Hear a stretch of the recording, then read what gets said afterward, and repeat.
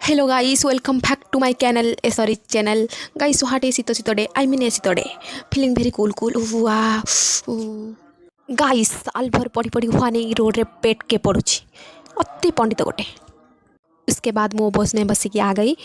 बस में बहुत भीड़ था तो भीड़ रे बसिकी बस चलला तापर आम आसिक आम शिक्षानुष्ठान रे पहुँची गलु।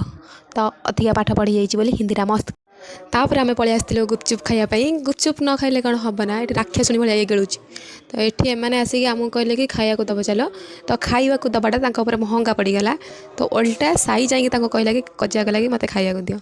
तो झील छुआ कजिया कर पारे बाध्य कि आमको खावा देले।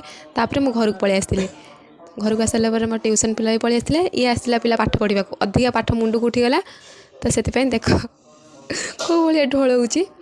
तो पिलादिन समस्ते भी एमती ढोलुले मु भी ढोलुथी। तो आपण मैंने भावुए मुझे शिक्षानुष्ठान कहण पाई जाइली। शिक्षानुष्ठान जाइलु मोर परीक्षा चलता।